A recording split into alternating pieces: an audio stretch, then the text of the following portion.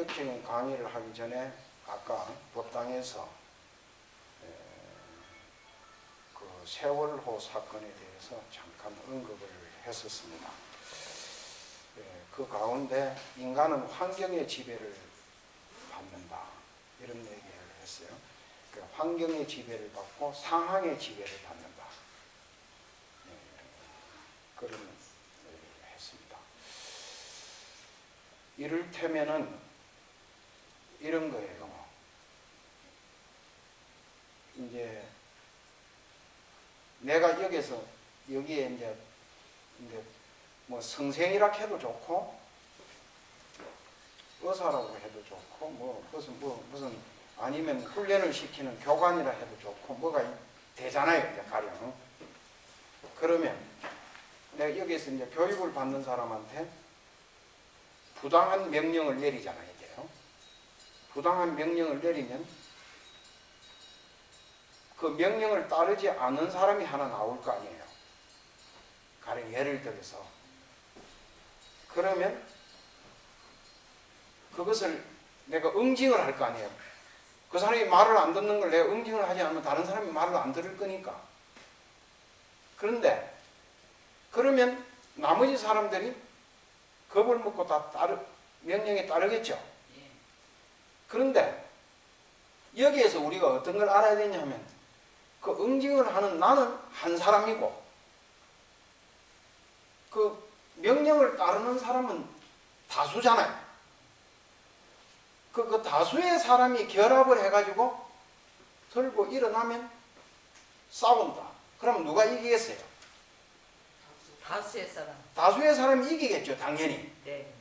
그런데 왜 다수의 사람이 그 부당한 명령이고 안 맞는 걸 하는 대로 시키는 대로 할까요?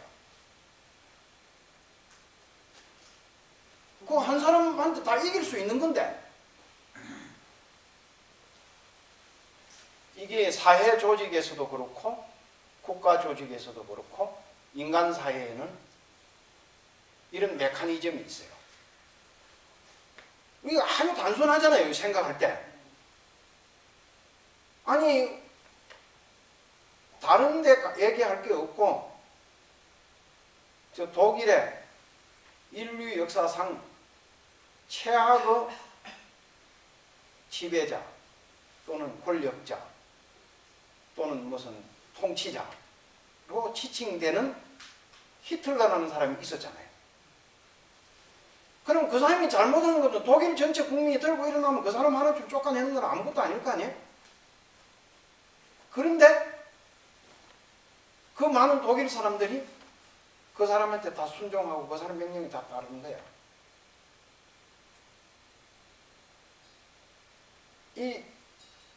왜 이럴까요?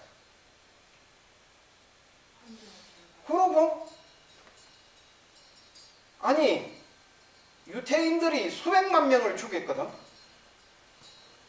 아우비츠락 하나 뭐 하는데 데려다가 그거는 공장을 만들었는데 그 공장에 무슨 공장이냐? 사람을 죽이는 공장이야. 그러니까 인류 역사상 일찍이 그런 일은 없었어.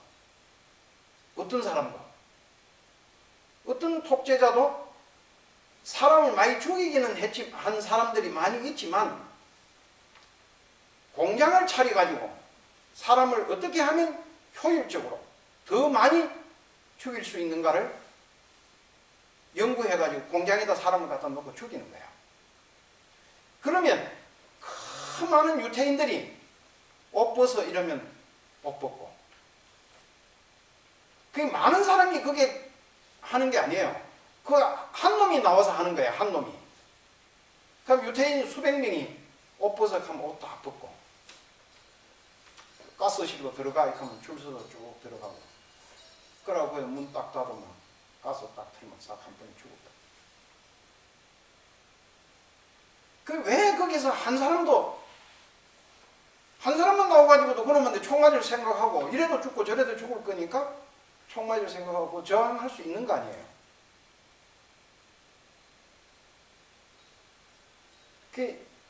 이게 참 하나의 이제 미스테리로 많은 사람들한테 의문을 줬단 말이에요.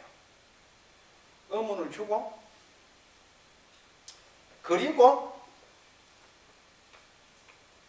이제 사람들이 연구를 하기 시작했어요. 그 2차 대전이 끝나고 난 뒤에.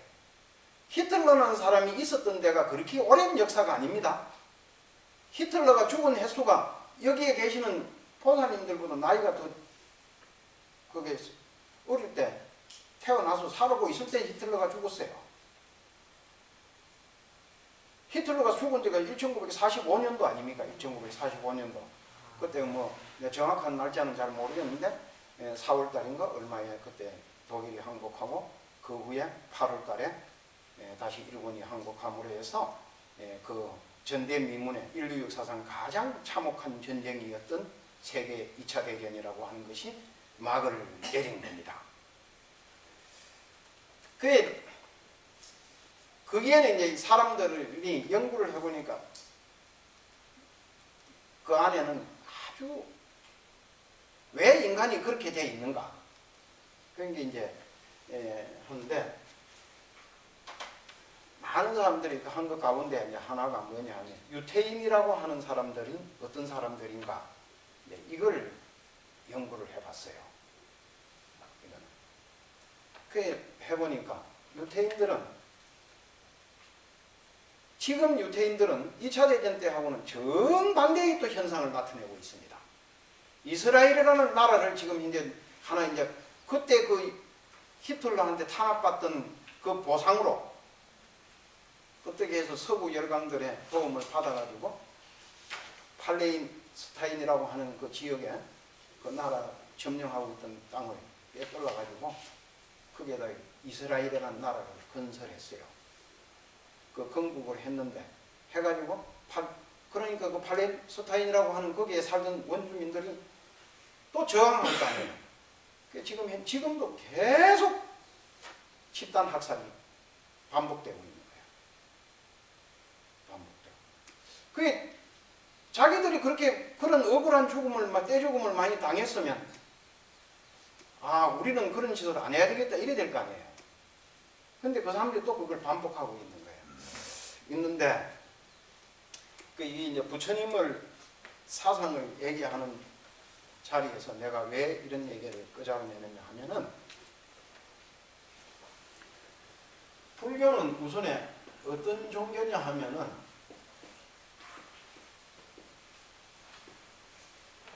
이게 무슨 한문으로 이렇게 쓰는 게 깨달을 각자입니다. 깨달음을 얘기하는 종교예요.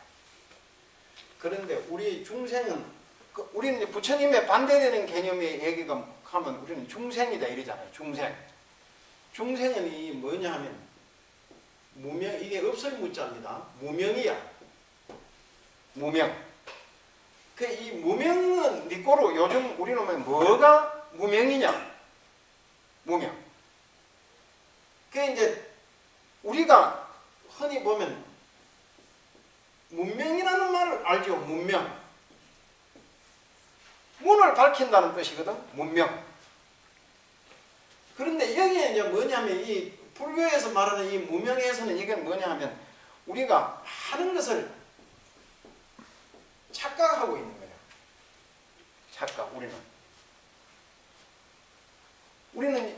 많은 것에 내가 요즘 방 안에서 혼자 있으면 그림을 많이 그려봅니다. 근데 그림을 그리면서 내가 하나 스님이니까 하나 내가 중요한 걸 하나 깨달았어. 뭐냐면 그림은 착시현상이야. 착시현상이야. 왜 착시현상이냐? 그림에 보면 사람 얼굴을 보면 코가 이렇게 탁 튀어나와 있죠. 근데 손으로 만져보면 튀어나온 게 하나도 없잖아요. 눈에는 탁 튀어나오게 보이는 거야. 이게 착시현상이잖아요. 그렇게 보이도록 그려놓은 거예요. 그런 착시현상이 일어나도록 그려놨기 때문에 그렇게 보이는 거 아니에요. 그림을 그리는 사람은 그걸 터득해야 해야 돼. 내가 해보니까. 나는 이 그림을 어릴 때 크레용으로 그려보고 그랬지.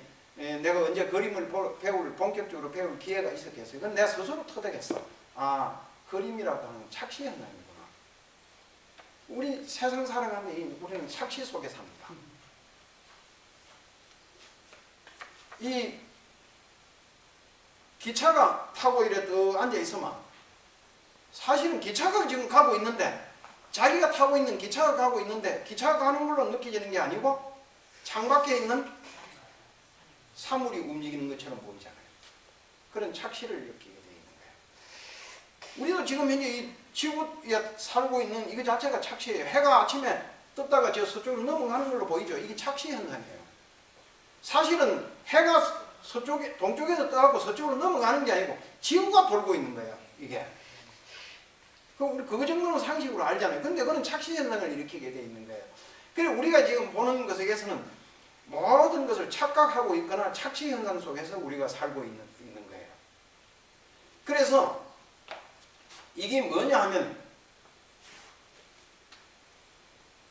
우리가 이 살아가는 것에게는 아까 얘기했잖아요. 무슨 지도자, 권력자 이런 게 있으면 이 사람들이 나름대로 사람을 지배하고 사람을 통솔하는 시스템, 메커니즘이 있는 거야. 방법이 있다 이 말이에요. 우리를 지배하는 그 방법이 있어도 그 방법대로 사람을 지배하면 우리는 그 지배를 받으면서 어떻게 합니까? 교육을 받죠. 교육을 받는데 내가 가장 많이 자주 얘기하는 것 가운데 이게 이제 이 불교를 공부한다 하는 거는 이런 거는 정말 내가 이제 자랑하는 것이 아니라 같은 스님이라도 여기 와서 나한테 오면 이런 걸 배우는 거예요. 안 그러면 다른 데 가면 이런 거 안 가르쳐줘 스님들 잘. 스님들 자체도 이걸 잘 모르고 있는 경우가 있어요. 그 가운데 하나가 뭐냐 하면 보살님들이 지금 현재 마음속에 가지고 있는 많은 가치관이 있습니다. 내가 그걸 다 일일이 여기서 끄잡아내서 얘기할 수 없지만은 그 가치관이 보살님들은 그런 가치관을 가지고 있을 때는 그게 절대적으로 옳은 걸로 생각하고 있어. 그러면 어떻게 됩니까? 우리가 여기 다 노인네들이니까 가장 알아듣기 쉽게 얘기하면 옛날에 뭐예요? 여자는 한테는 뭘 가르칩니까? 삼종지교를 가르치잖아요. 삼종. 예? 삼종지교라고 하는 게 뭐냐 하면은 내가 한글로 써줄게. 한문을 자꾸 써주면 잘 보살님들 사니까. 삼종지교라고 하는 게 뭐냐?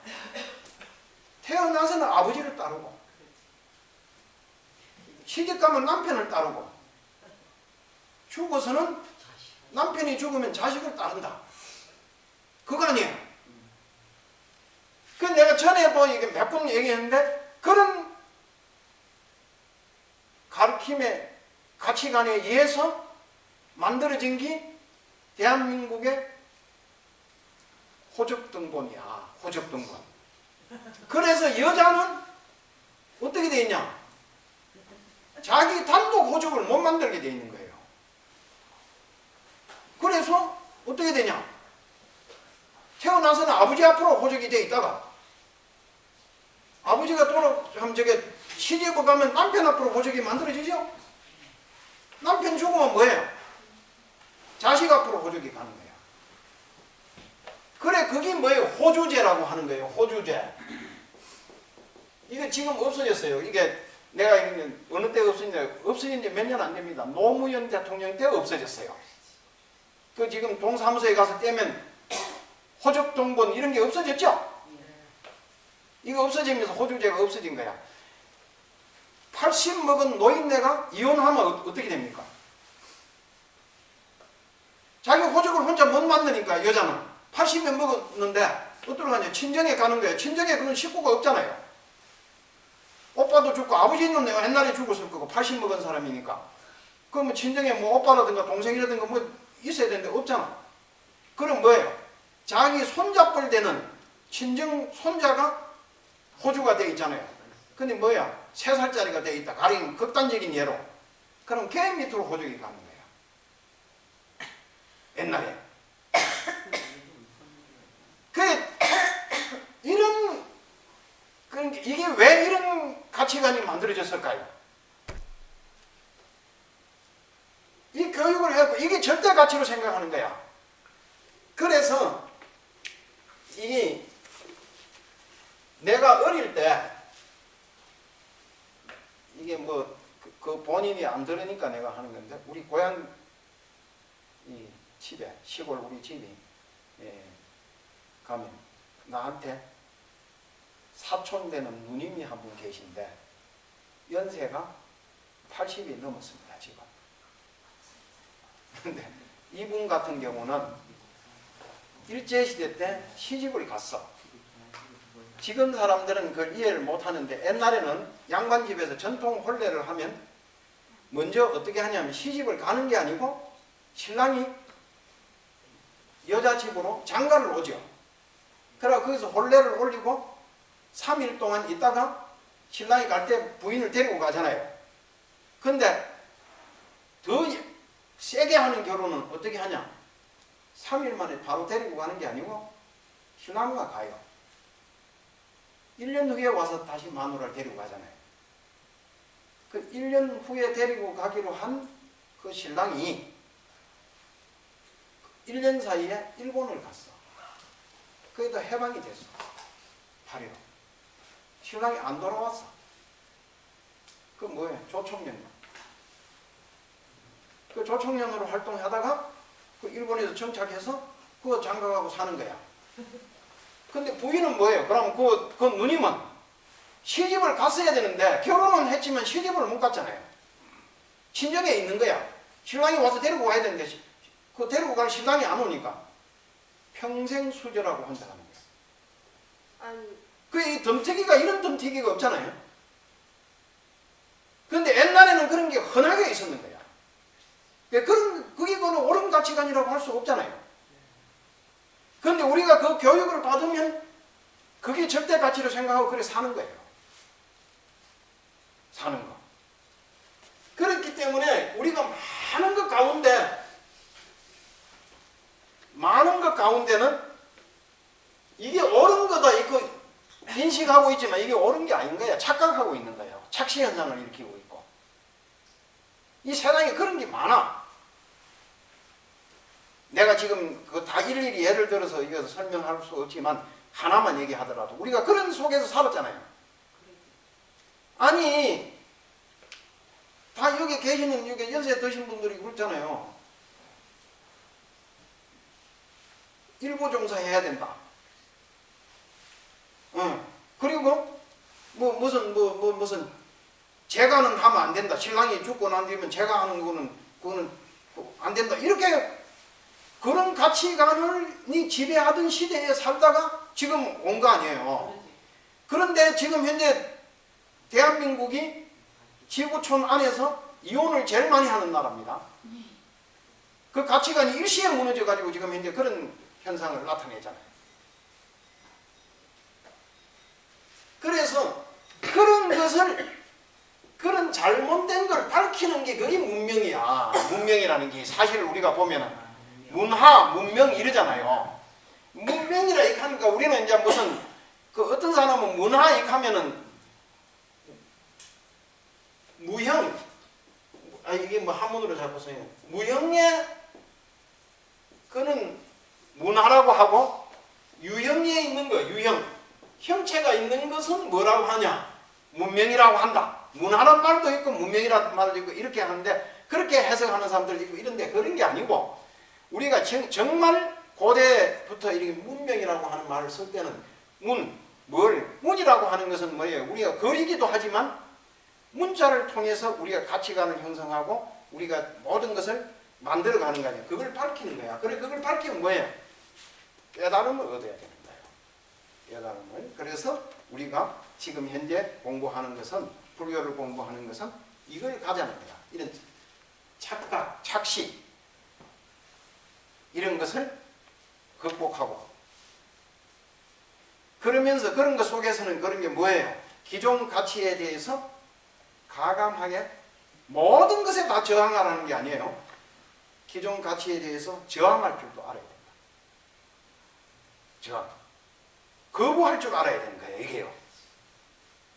아까 얘기했듯이 아니 사안이 지금 죽게 생겼는데 가만히 있으라 한다고 가만히 있으면 되겠어요. 그때는 탁 뛰치고 일어나서 뭔가 좀 자기대로 뭔 나름대로 행동을 할 줄 알아야 되지. 대구 지하철 참사 이게 이번 세월호 참사에서 나타난 그런 게 했잖아요. 그리고 또 뭐냐면 독자적으로 행동할 줄 알아야 돼. 이 사람이. 모든 사람이 저쪽으로 쳐다보겠다고 자기도 무조건 저쪽으로 쳐다봐야 된다 이러면 안 되는 거예요. 다 저쪽으로 쳐다볼 때 나는 그쪽에 쳐다보기 싫어. 이쪽에 쳐다보고 싶어. 그럼 이쪽으로도 쳐다볼 수 있어야 되는 거야. 다른 사람들이 다 간대. 아니 나는 혼자 빠지고 싶다. 또는 다른 사람 아무도 안 간다 그래도 나는 가고 싶으면 가는 거야. 그런 독자적인 행동을 할 줄 알아야 되는 거예요. 그리고 개성이 있어야 돼요. 개성이요. 자기 나름대로 할 줄 아는 자기 방식대로 할 줄 아는 그런 것이 있어야 된다. 그런 걸 얘기를 하면서 계속 그런 얘기만 계속하면 이상하니까 그 81페이지를 한번 펴보십시오. 이제 제가 지난번에 더불어 말씀드린 바와 같이 이 책을 논하드리면서 이 책을 교재로 삼 때 순서대로만 얘기하지 않겠다 이렇게 얘기했어요. 뭐 앞으로 갔다 뒤로 갔다가 그때 봐서 좋은 대목을 뽑아서 얘기를 하기로 그렇게 약속한 바가 있습니다. 그런 뜻에서 오늘은 81번인데 너 자신을 찾아라 이런 제목의 내용이에요. 우리가 착각을 하고 착시를 하고 있는 것은 뭡니까? 우리 자신을 잃어버리고 있는 거야. 잃어버리고 있는 거야. 근데 내가 이 시간을 빌려서 여러분들에게 확신을 가지고 얘기할 수 있습니다.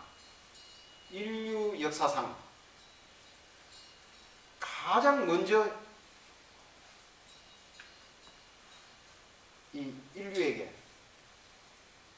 자아를 인식하고 자아를 깨달을 법을 가르쳐 주신 분은 서가모니가 최초입니다. 그런데 그렇게 가르침, 그 서가모니의 그러한 자아를 깨달으라고 하는 가르침이 있고 난 이후 수천 년의 세월이 흘렀지만 아직도 우리는 분명히 자기 자신을 깨닫고 있지 못한 사람들이 절대 다수입니다.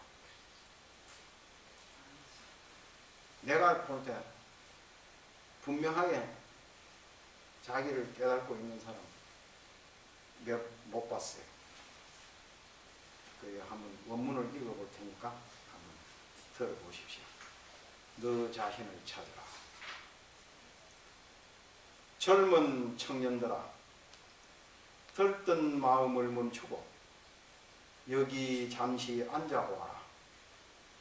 숨을 길게 들이마시고 그리고 천천히 내쉬어라. 자, 이제 너희의 마음이 고요해졌느냐? 그럼 한번 돌이켜 생각해보자. 너희가 잃어버린 물건과 그 물건을 훔친 여인을 찾는 일 그것하고 잃어버린 너희 자신을 찾는 일, 이 중에 어느 것이 더 중요하다고 생각하느냐? 망설이지 마라. 우물쭈물하지 마라. 잃어버린 너희 자신을 찾는 일. 날씨가 화창하여 소풍하기 좋은 날에 우루엘라의 부잣집 청년들이 야유회를 하던 중 기증품을 도둑맞는 일이 벌어졌다. 부처님이 숲속에서 자선하시는 것을 보고 혹시 여기로 도둑질을 한 여인 하나가 지나가는 것을 못 보셨는지요? 하고 묻는 그 청년들에게 그 여인을 찾기보다는 잃어버린 너희 자신을 찾아라. 그렇게 부처님은 설법하셨다. 청청병력 같은 이 설법을 들은 그들 청년은 모두 30여 명 역시 출가하여 수행자가 되었다. 모두 자기 자신을 잃어버리고 있었습니다. 요 내용이 이제 요것만 들어도 뭐 대충 무슨 말인지 감이 잡히죠. 그러나 요게 이제 대해서 요게 밑에 81페이지 다시 펴봐요. 그 밑에 조금 더 작은 글씨로 써놓은 거 있죠. 요걸 또 내가 한번 읽을 테니까 한번 연세 많이 드신 보살님들이 글씨가 너무 작아서 잘 안 보이는 수도 있겠으나 이것은 제 잘못은 아닙니다. 출판사에서 책을 만드는 사람들이 눈이 밝아가지고 이렇게 작게 만들어놨어요. 노보살님들을 배려하지 않고, 그러니까 그 사람들 탓이니까 어쩔 수 없습니다. 전도의 선언을 한 뒤에 부처님은 우루엘라로 가셨다. 그리고 그 도시의 어느 숲속에서 젊은 청년들이 야유회를 나왔다가 같이 놀러온 여인 중 한 사람이 그들의 물건을 훔쳐 달아나자 그 여인을 찾고 있는 것을 만나게 된다. 그들은 우루엘라의 총망받는 젊은 청년들로서 부처님께 이 앞으로 지나가는 여인을 보지 못했습니까? 하고 묻는다. 그러자 부처님은 그들에게 그 여인을 찾는 것과 잃어버린 너희 자신들을 찾는 것 중에 어느 것이 더 중요하냐고 묻는다. 매우 직설적인 질문이다. 나는 처음 이 대목의 경전을 읽다가 스스로 너무나 놀라서 며칠 동안이나 멍멍했었다. 수천 년 시공의 차이를 가진 나도 그러했는데 당시 그 젊은 청년들에겐 얼마나 충격적인 질문이었겠는가. 그들은 그야말로 그야 말할 것도 없이 자기 자신을 찾는 것이 더 중요하지요라고 답변한다. 그리고 부처님의 설법에 이끌려 자기 자신을 찾는 수행자가 된다. 이렇게 불교는 폭발적이고 충격적으로 사람들에게 파급되었고 교단은 발전을 하게 된다. 뭐 이런 내용입니다. 여기 이제 요 내용에 있는 것은 이제 감춰져 있는 몇 가지를 설명을 하자면은 전도선언이라고 하는 것은 다음번에 내가 한번 시간을 내서 할 건데 요 앞에 대목에 79페이지 전도선언이라고 있죠. 요거 나와 있는 내용이에요. 부처님이 처음 초기에 룸빈이라고 그 이름 그리고 녹약원이라고 하는 곳에서 최초의 설법을 시작합니다. 그때 5명의 제자가 있었어요. 교진녀 등 5비구라고 대개 경전에서는 그렇게 얘기를 해요. 이게 나중에 이제 자세히 읽어보면 그 경전에는 우리는 그냥 대충 그렇게 얘기하지만 그 교진녀 및 5비구의 이름도 다 있습니다. 근데 그 5비구를 우리에게 설법을 해서 그 분들로 하여금 깨달음을 얻게 하고 뒤에 이제 전도선언을 해요. 그 전도선언을 하고 이제 뭐냐면 비구들이요. 너희들이 나한테 배운 이걸 가지고 나가서 다른 사람에게도 이 가르침을 펴라. 전달해라. 그렇게 나가서 하는 겁니다. 하는데 그때 부처님이 나가서 이제 나가서 가르쳐 주는 내용이 이제 전도선언을 하고 최초로 나와서 부처님이 또 그 녹약원을 벗어나서 최초로 만나서 전도를 한 사람들이 누구냐? 여기 이거예요. 우루엘라라고 하는 여기서는 이제 우루엘라 이러는데 경전 그 속으로 보면 우루벨라라고 이렇게 발음해도 비읍 발음으로 해도 아무 관계없어요. 우루벨라 여기에 와서 이제 그 청년들을 30여 명의 청년들을 만난 거예요. 그래 이제 이 우루벨라라고 하는 그 지역에는 내가 인도 여행 가서 이 지역에는 내가 가보지 못했어요. 여기는 가보지 못하고 그 여행 가서 내가 몇 군데 부처님이 중요한 지역은 내가 몇 군데 가서 답사를 했는데, 근데 여기는 상당히 지금도 그 지역에 해당되는 거기는 우루벨라라고 하는 이쪽 지역은 잘 산다 그래요. 상당히 사람들 그 부유한 사람들이 사는 부촌이었던 모양이에요. 근데 그 도시에서도 가장 부잣집 상위층에 해당되는 부잣집 자제들이 요즘처럼 이런 봄날 따뜻하고 화창 일기가 화창한 좋은 날을 잡아서 야유회를 나갔어요. 나갔는데 어떤 일이 발생했냐면 그 30명이 나갔는데 그 중에 29명, 29명에 해당되는 사람은 자기 파트너가 있었어. 우리도 이래 어디 놀러 가면은 그러잖아요. 뭐 남자들끼리 가면 뭔 재미있노? 그 여자들 하나씩 데리고 와라. 그 집에 어부인을 모시고 오든지 결혼한 사람은 자기 마누라를 데리고 오든지 그렇지 않으면 애인이 있으면 애인이라도 하나 데리고 와라. 이제 이래 된 거예요. 그렇게 왔는데 그 중에 유일하게 한 사람은 마누라도 없고 애인도 없었어.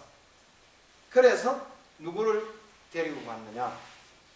이게 좀 미성년자도 있는데 이런 얘기하면 뭐 좀 세계에서 알아듣겠죠.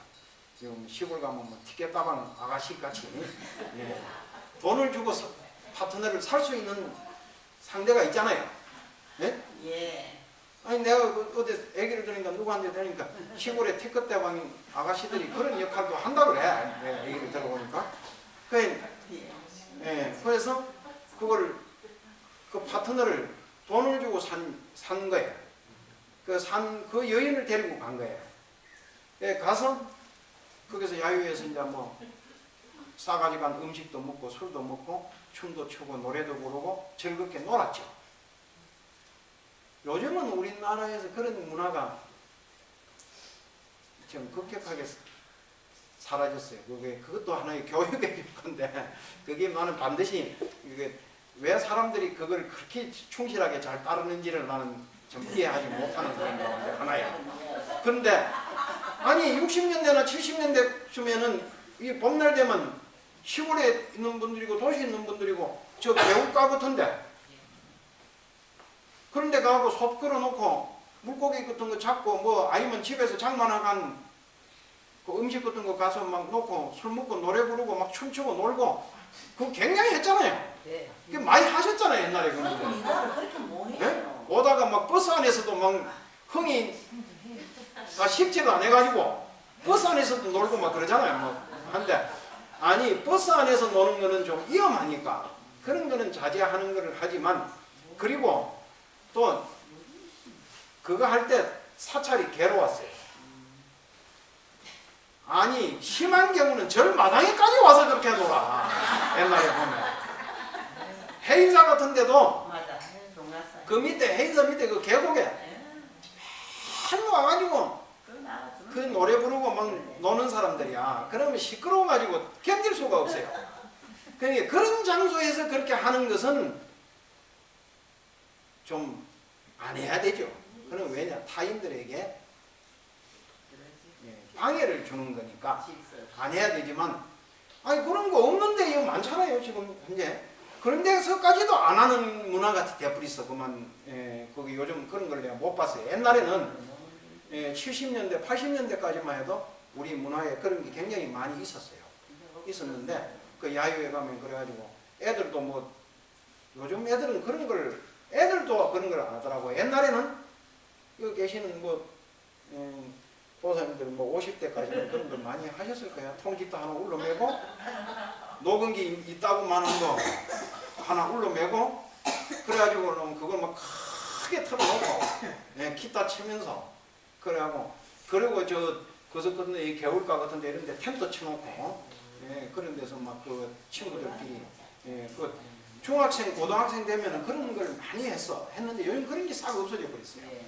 근데 그 결코 좋은 문화는 아닌 것 같아. 그게 그런 게 아니 내가 권장할 것인지는 모르겠으나 애들이 그런 거 배랑 주고 다니면서 그렇게 놀면 좋잖아요. 근데 그런 걸 안 해. 그 또 아줌마들도 봄내 꽃 피고 좋은데 이렇게 사람들한테 방해되지 않는 곳에 그런 데 가서 음식 가져가서 노래 부르고 놀면 좋잖아요. 옛날에는 집에도 가면 뭐 이렇게 막걸리 대포집에 가면 이 젓가락으로 하도 상모서리를 두드리 패가지고 상모서리가 그냥 아주 부서질 정도로 그렇게 하고 그러는데 그 이 야유회 간 사람들이 그렇게 놀았어. 그렇게 즐겁게 놀고 피곤하니까 잠을 잔 거예요. 그것도 우리 이런 지역에서는 잘 이해 못 가는 부분이 있는데요. 인도라든가 이런 더운 지방의 사람들은 오전에 그렇게 즐겁게 놉니다. 놀고 점심을 먹고 오후 한 2시쯤에 되면 낮잠을 자요. 그 야유회 가서도 그런 문화가 있어요. 그 나무 그늘에 누워서 다 자는 거야. 한 1시간 정도서 낮잠을 자요.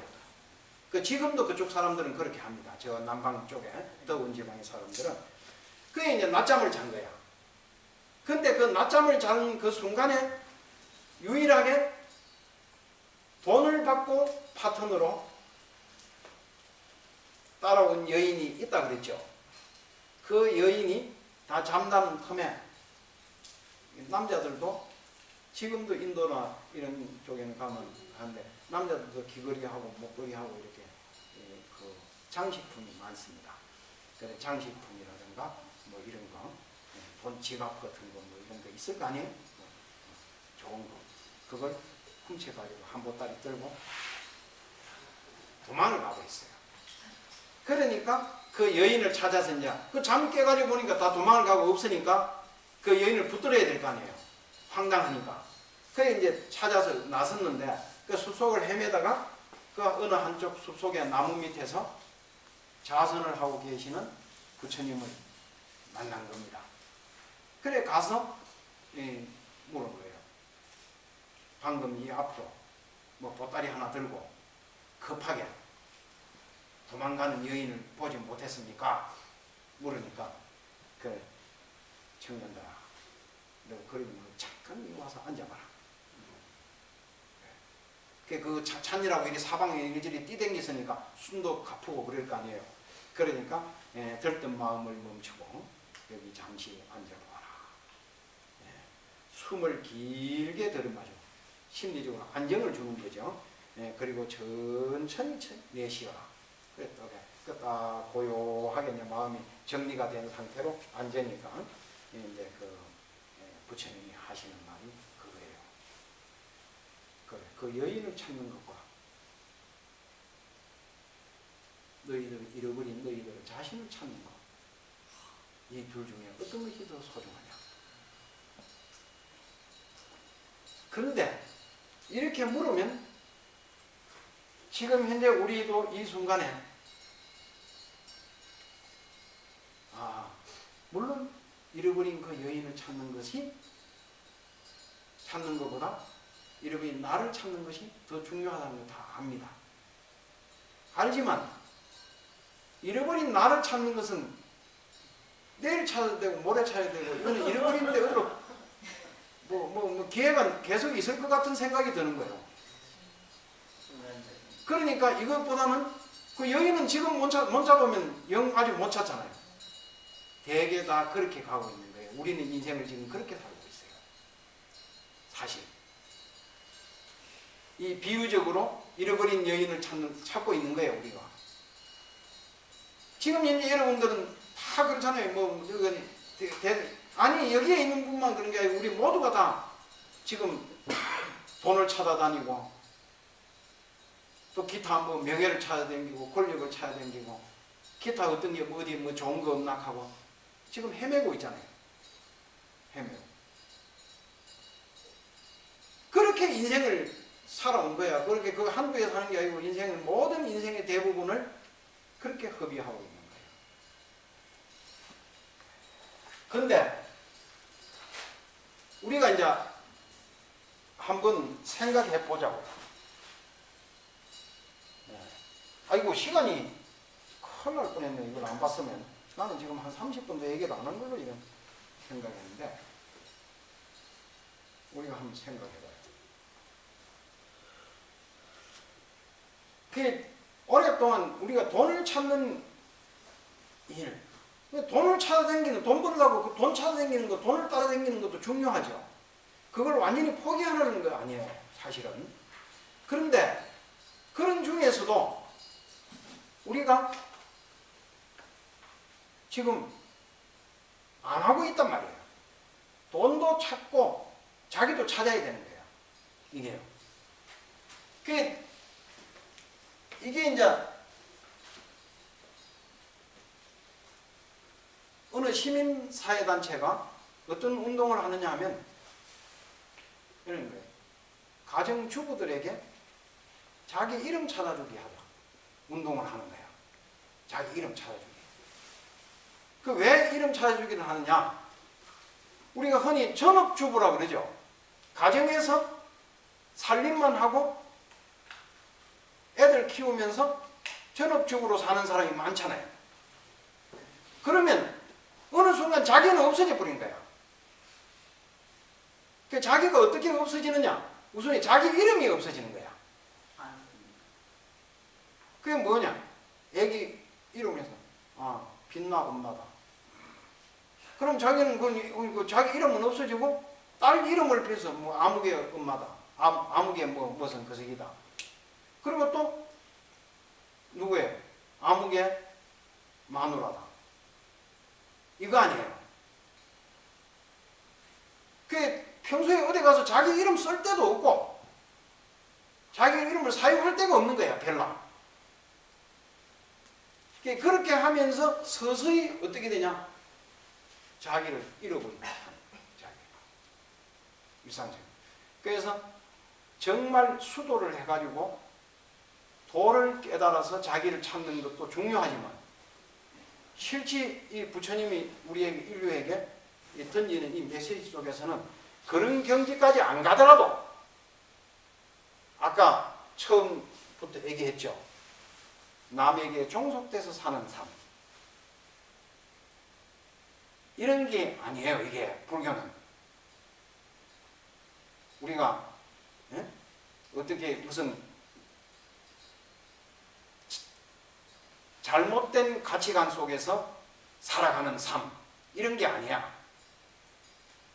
그런 걸로부터 벗어나서 정말 자기다운 삶을 살도록 하는 거. 이게 부처님의 가르침이에요. 그게 우리가 그걸 부처님이 그걸 얘기해 주는 거예요. 얘기해 주는데 이제 우리가 이제 우리 한글로 얘기하면 나 이러잖아요. 나. 한문으로는 뭐 또 이런 글자가 나를 지칭하는 겁니다. 한문으로는 나를 지칭. 우리 한글로는 나. 그런데 우리가 이게 나라고 하는 말보다 우리 말에 보면 이런 게 우리 이런 말을 쓰죠. 우리. 이거는 딱 자기를 지칭하는 것보다 무리를 지칭하잖아요. 이렇게 여러 사람을. 이런 걸 지칭하면서 그런데 이 언어학자들이 연구를 해보면 인류가 이 문자를 만들어서 어느 때부터 나를 지칭하는 말을 사용했을까? 이게요.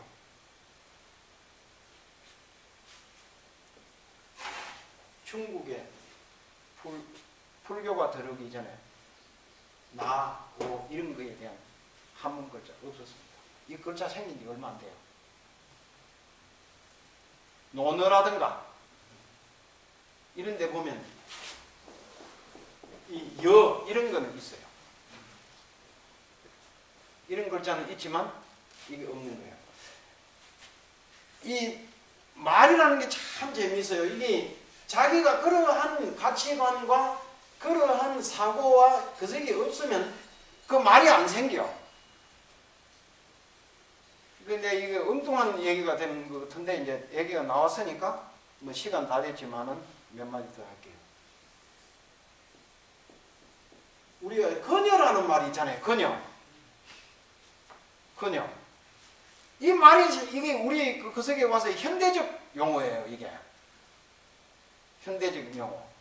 그 이게 이제 뭐 그렇게 이걸 이 말을 최초로 사용했던 사람이 누구냐 뭐 이런 게 뭐 양주동이가 뭐 제일 먼저 사용했다 하더나 무슨 뭐 그녀 이렇게. 그래 그러면 그녀라는 것은 뭐예요? 이 여성을 가리킬 때 제3인칭 용어란 말이에요. 제3인칭. 어떤 특정한 무슨 누구를 하는 것보다 그녀, 이성, 그렇게. 그러면 이게 대칭되는 말로 그 남이라는 말도 있어야 될 거 아니에요? 없잖아요. 그럼 뭐가 있습니까? 그 사람이 있죠. 우리가 그 사람이라는 말이 먼저 있고 이 그남이라는 말은 아직까지 일상적으로 안 사는 거예요. 그 그녀가 있는 거야. 이게 나온 거예요. 이게. 그리고 이게 뭐 도움이 되는 게 아니 우리가 자아를 인식한다고 하는 거 이게 자체가 이게 인류 역사에서 어쨌든 간에 서가모니가 최초로 가르쳐 준 거예요. 이게 이제 나중에 얘기를 하겠지만 우리 부처님이 태어나서 사방 7발자국을 걸으면서 천상천하 유아 독존 이랬다 그러잖아요. 유아 독존. 그 유아라고 할 때 거든요. 유아. 오직 내가 홀로 존재한다 이 소리예요. 존귀하다. 존재한다가 이거 존귀하다. 그래서 나라고 하는 이 개념을 우리한테 인류에 가르쳐 줬을 뿐만 아니라 이 나라고 하는 것이 절대적으로 존귀한 거다. 그게 뭐입니까? 그게 어느 날 헌법에서 얘기하는 인권이야, 인권. 이게 또 자꾸 한문으로 쓰는데 인권이라고 하는 이게요. 이 인권은 우리가 고대 사회에서는 이 개인의 권리라는 것을 별로 중요하게 생각하지도 않고 인정도 잘 안 합니다. 인정도.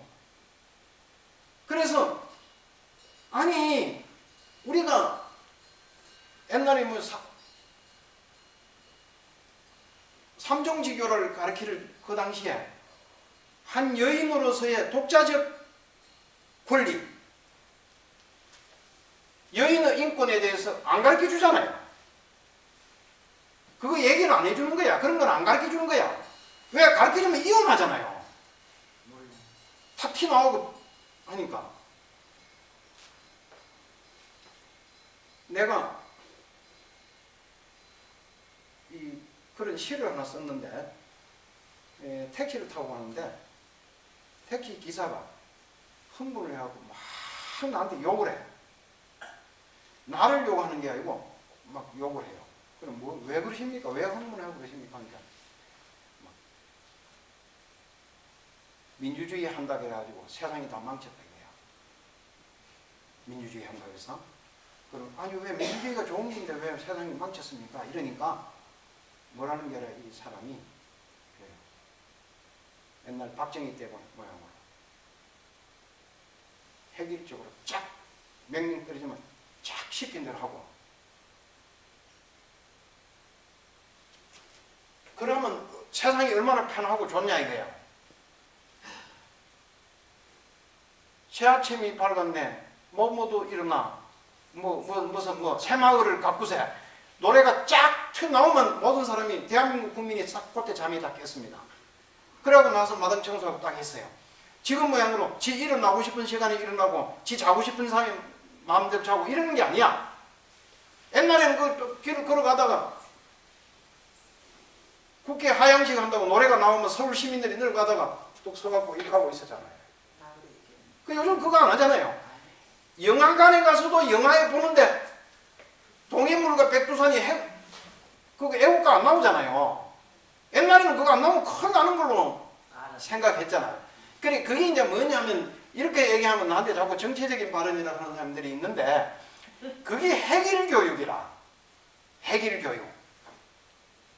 그러면 어떤 현상이 일어나느냐 하면, 인간의 자율성이 없어지고, 나라는 게 없는 거야. 그거는 국가만 있고, 그러니까 국가를 위해서 너는 개인은 희생하라, 이거 아니에요. 그러니까 어떻게 되냐면, 이 군인이 이렇게 있는 거야.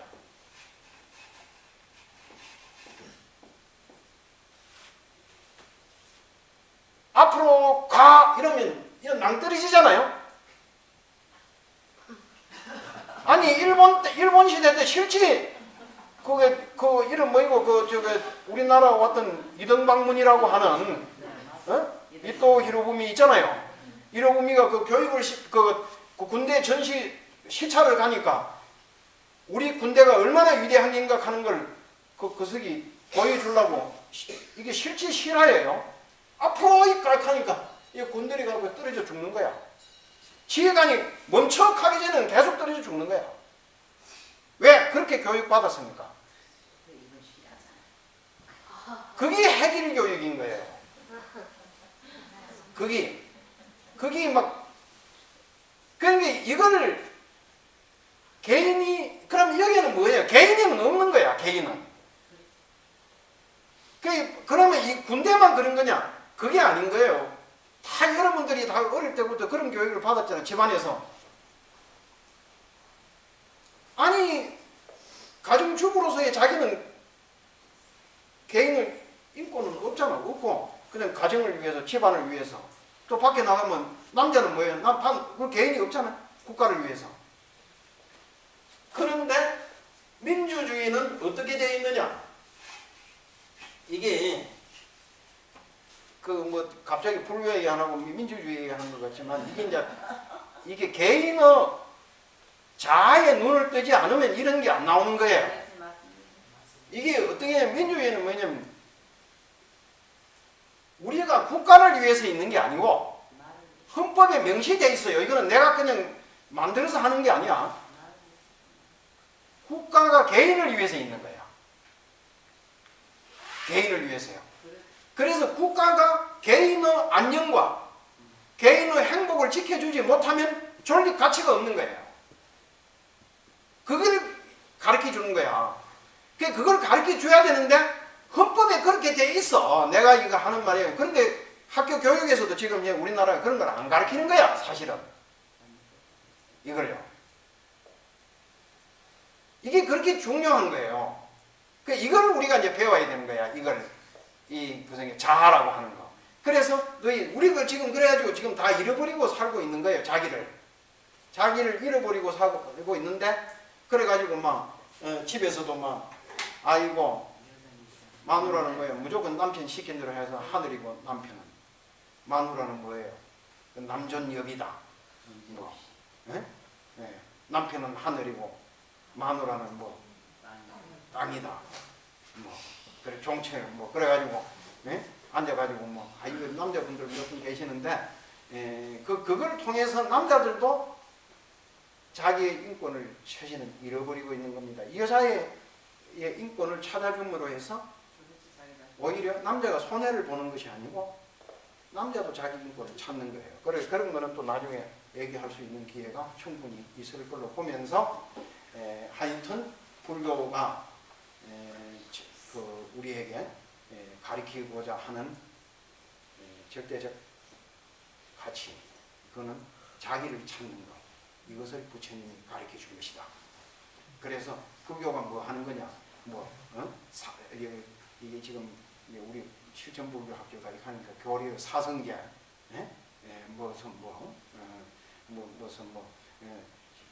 십이연기법 이런 것을 배우는 것이 아니라 그것은 하나의 법수라고 해가지고 우리 그 불교식 방법으로 세계관으로 세계를 우리가 파크를 인식하는 거. 그걸 가르쳐 주기 위해서 하나의 방법으로 선택한 것이 그러한 교리일 뿐이지, 그거는 몰라도 아무 관계 없는 겁니다. 그래서 불교는 어디서 출발하는 거냐? 자기를 찾는 데서부터 출발하는 거예요. 그래서 나중에 뭐 시간이 많이 돼서 또 하나 설명하려고 해요.